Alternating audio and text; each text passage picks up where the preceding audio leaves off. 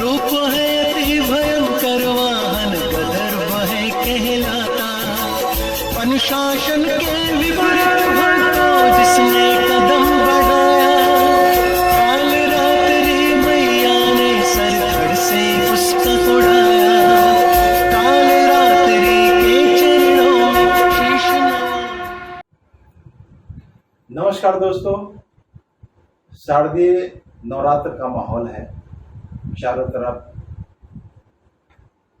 गाने बाजे से माता का स्मरण किया जा रहा है। चारों तरफ गीत, माता का संगीत सुनाई पड़ रहा है। जिधर भी देखे लोग हर्षोल्लास के साथ माता के ध्यान में मग्न है, माता की आराधना में मग्न है, माता की पूजा में मग्न है।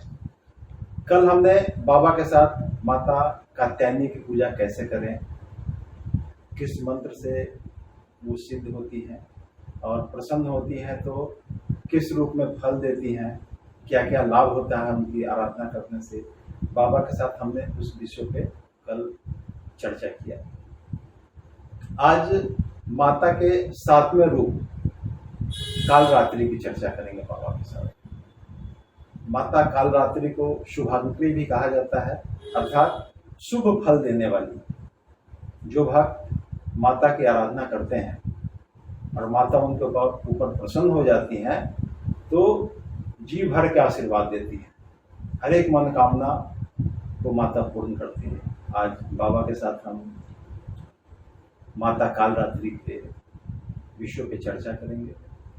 बाबा हमें विस्तार से बताएंगे कि माता को कैसे प्रसन्न करना है, माता कैसे प्रसन्न होंगी, किस मंत्र के जाप से माता प्रसन्न होगी और हम लोग को ढेर सारा आशीर्वाद देंगे। मैं हूँ रविंद्र कुमार और आप देख रहे हैं न्यूज़ प्लस लाइव। बाबा आपका स्वागत है हमारे कार्यक्रम में।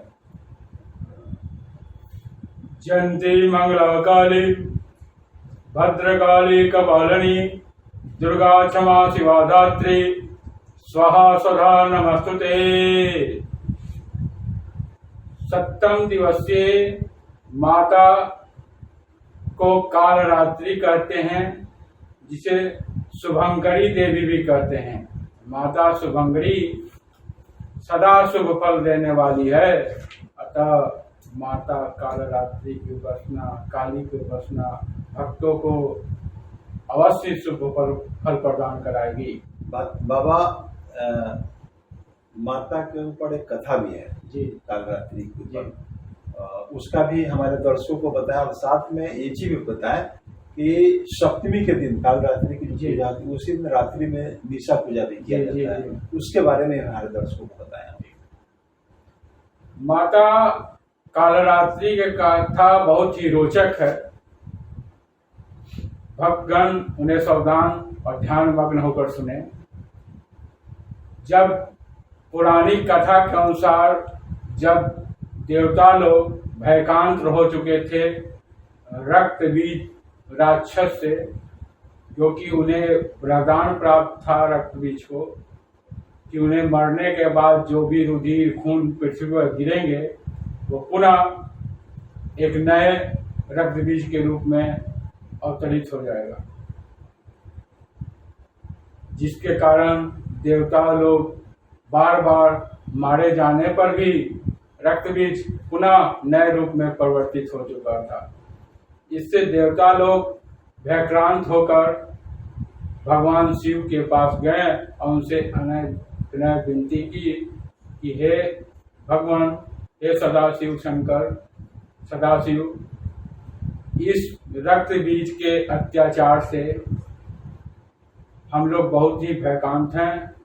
समस्त जगत के सृष्टि को यह तहस नहस कर रहे हैं। भगवान के बनाई हुई सृष्टि में ये बाधा बन रहे हैं, उनके कार्य क्षेत्र में बाधा बन रहे हैं। इसका कोई निदान निकालिए।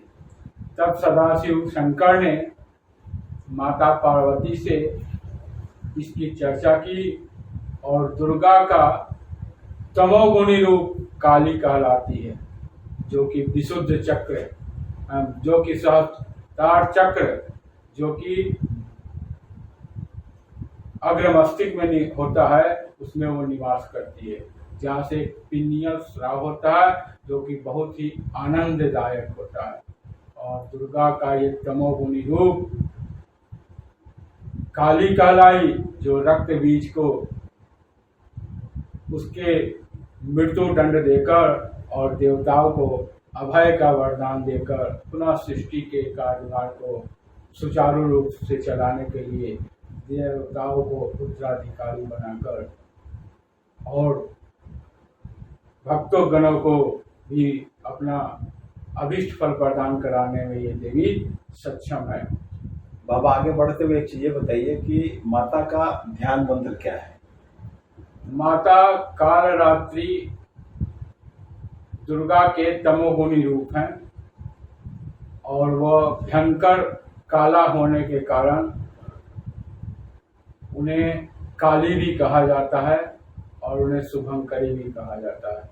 माता कालरात्रि का ध्यान मंत्र एक वेणी जपाकर्ण पूरा नग्न खड़ा स्थिता लंबोष्टि कर्णिका कर्णी तेला भयंकर शरीरिणी वाम पादोल सल्लोलता कंटक भूषण बंदुक मूर्धवजा कृष्णा कालरात्रि भयंकरी। माता भयंकर रूप में, बहुत विकराल रूप में अपने हाथ में खड़ग खपर और अभय मुद्रा और बर मुद्रा धारण करती है। वह चतुर्भुजा रूप में गधे की सवारी करने वाली है और अपने हुंकार मात्र से दैत्यों को पतन की ओर ले जाती है, अनिष्ट शक्तियों को पतन कर देती है। उनके श्वास में अग्नि के ज्वाला धह धह होकर भड़कती है। माता का यह विकराल रूप बहुत ही दैत्यों, असुरों, भूत प्रेत पिशाचों को अपना शिकार काल का ग्रास बनाती है। बाबा एक चीज और बताया, काल रात्रि माता को ही त्रिनेत्रा भी कहा जाता है। जी जी। तो ऐसा नाम उनको क्यों पड़ा? त्रिनेत्रा कहने का उद्देश्य है कि माता को एक विशेष प्रकार की शक्ति है, जो कि दो आंख मतलब होता सूर्य और चंद्रमा। ब्रह्म का वो अंश जिसमें दाहिना आंख को सूर्य संचालित करते हैं, बाएं आंख को चंद्रमा, और तीन नेत्र जो होता है, तीसरा नेत्र वो भयंकर होता है, उसको अग्नि द्वारा संचालित किया जाता है। ये त्रिनेत्रा रूप ये दर्शाता है कि माता में एक भयंकर बहुत ही विशिष्ट ऊर्जा का केंद्र भरा हुआ है, जिससे वो भक्तों को कल्याण करती है, दुष्टों को संहार करती है, दानवों राक्षसों का वध करती है। अर्थात त्रिनेत्र से सकारात्मक काम भी किया जाता है और नकारात्मक काम भी, दुष्टों का नाश भी किया जाता है और भक्तों को आशीर्वाद दिया जाता है। एक चीज और बताएं बाबा कि माता को प्रसन्न करने के लिए कौन सा जाप या मंत्र पढ़ा जाए और कितनी मात्रा में पढ़ा जाए कि माता कालरात्रि प्रसन्न हो जाए और मनोवांछित फल प्रदान करे? माता कालरात्रि का विभिन्न मंत्र हैं। उन मंत्रों में सरल मंत्र ओम एम ह्रीम क्लीम चामुंडाय विच्चय, ओम एम ह्रीम क्लीम कालिके विच्चय, ओम ह्रूम ह्रूम हुम, ये निनाद मंत्र है। इससे माता दुष्टों को, राक्षसों को, दानवों को हुंकार भरने से वो माता प्रसन्न होती है और भक्तजनों को अभीष्ट सिद्धि देती है। दूसरा ओम एम ह्रीम क्लीम चामुंडाय विच्चय। तीसरा मंत्र ओम एम ह्रीम क्लीम कालरात्रि देव्यै नमः, ओम कालिके नमः। इन चारों मंत्र में से कोई एक मंत्र भक्तगण अपने सुविधा अनुसार जाप अनुष्ठान करे तो माता कालरात्रि काली भक्त को असीम ऊर्जा से ओतप्रोत कर देंगी और दुष्ट शक्तियों का, शत्रुओं का विनाश कर देगी। तो कितनी मात्रा में जप करना है, ये भी हमारे दर्शकों को बता दें आप। देवी के मंत्र को 12 के गुना में जप किया जाता है, और कोई विशेष उद्देश्य से अगर इसकी अनुष्ठान कर रहे हैं तो पूर्ण 1.25 लाख या 54,000 भी करने से मनवांछित फल की प्राप्ति होगी। एक चीज और हम अभी जानना चाहेंगे बाबा कि आपने माता कालरात्रि का कई मंत्र बताया। जी जी। तो उसमें कौन मंत्र ज़्यादा प्रभावशाली है कि चूंकि आप अनुभवी आदमी हैं, विद्वान हैं आप, तो किस मंत्र की उपासना करें कि जल्दी अभिष्ट फल प्राप्त हो? देखिए, जनमानस के लिए विशेष मंत्र तो बताना बहुत कठिन है, क्योंकि सामने वाला व्यक्ति किस आधार का है, कितना जानकारी रखता है, गुरु के सानिध्य में है कि नहीं है, क्योंकि शिक्षा के बाद दीक्षा का भी प्रश्न आता है। अगर दीक्षित नहीं है आप तो मंत्र ढंग से संचालित नहीं होगा, और संचालित नहीं होगा तो भरपूर फल की प्राप्ति नहीं होगा।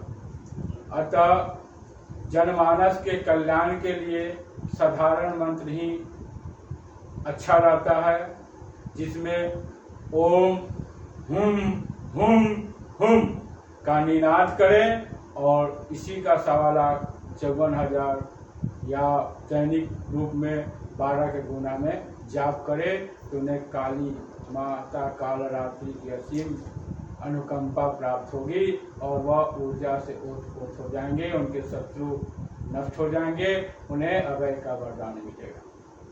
बहुत अच्छी बात बताई बाबा आपने। एक चीज़ और बताए बाबा कि माता को प्रसाद के रूप में क्या पसंद है और कौन सा पुष्प से वो प्रसन्न होती हैं, वो भी हमारे दर्शकों को बताया। माता कालरात्रि भयंकर विकराल रूप में है, और माता को रक्त पुष्प, क्योंकि वह रक्त बीज का रक्त शाकंभरी ऋषि देवी पी जाती थी, तो माता को रक्त पुष्प बहुत प्रिय है, क्योंकि जब तक रक्त पुष्प प्रिय है। और दूसरा, अपराजिता का पुष्प भी माता को अर्पित किया जा सकता है, बेलपत्र की माला भी माता को अर्पित किया जा सकता है, लवंग का भी माला बनाकर माता को अर्पित किया जाता है। लौंग जी, माता तमोगुण प्रधान है, अतः उनको तमोगुण पदार्थ का भोग लगाना वो विशिष्ट पूजा का उद्देश्य है। लेकिन हम लोग वैष्णवी रूप में उसकी पूजा करते हैं, इसलिए वो तमोगुण भोग न लगाकर नारियल और नारियल से बने हुए मिठाई का भोग लगाएं, तो माता अभिष्ट फल की प्रदान करेगी, मनवांछित फल की प्राप्ति कराएगी। एक चीज़ और बताएं बाबा कि माता कालरात्रि की पूजा किस रूप में करना चाहिए, और फल के बारे में तो आपने बहुत सारा उदाहरण दे दिया कि माता का पूजा करने से ये फल प्राप्त होता है, लेकिन उसके अलावे भी कुछ और फल हैं, तो वो भी हमारे दर्शकों को बताएं। और एक चीज़ और भी बताएं आप कि माता को कालरात्रि को ये शराब वगैरह भी वो सभी चढ़ाया जाता है क्या पूजा अनुष्ठान में? जी जी, तो वो एक विशेष उद्देश्य के पूर्ति के लिए हो कि माता कालरात्रि जो है तमोगुण प्रधान है जी, तो तमोगुण व्यक्ति का, प्राणी का, देवी का तमो गुण बढ़ाने वाले पदार्थ बहुत प्रिय होते हैं, इसलिए माता को तमोगुण पदार्थ में मांस मदिरा प्रिय है। परंतु जनमानस में कल्याण के लिए, सामाजिक कल्याण के लिए तमोगुण पदार्थ का चढ़ाना उचित नहीं है, इसलिए सात्विक रूप से ही पूजा करना, माता का आराधना करना उत्तम फलदायी बनेगा। बाबा आपने बहुत अच्छी जानकारी दी। भक्तजनों, बाबा ने अभी माता कालरात्रि के बारे में विस्तार से चर्चा किया कि माता का पूजा अनुष्ठान हम कैसे करें, माता को कैसे प्रसन्न करें, और माता जब प्रसन्न होती है तो किस रूप में आपको आशीर्वाद देती है, उन सब विषयों पे बाबा के साथ हमने विस्तार से चर्चा किया। आप भी हमारे इस एपिसोड को देखें और पूजा अनुष्ठान बाबा के बताए गए नियमों के हिसाब से करें तो निश्चित रूप से आपको लाभ की प्राप्ति होगी। आज इतना ही। कल हम माता के अष्टम रूप महागौरी माता के बारे में चर्चा करेंगे। बाबा उस पर विस्तार के साथ आपको बताएंगे कि माता का पूजा अर्चना कैसे करना है, माता का कौन सा मंत्र कितनी मात्रा में करें कि माता हमें मनवांछित फल प्रदान करे। और इसी तरह मेरे साथ बने रहिए। जय माता दी। जय माता दी।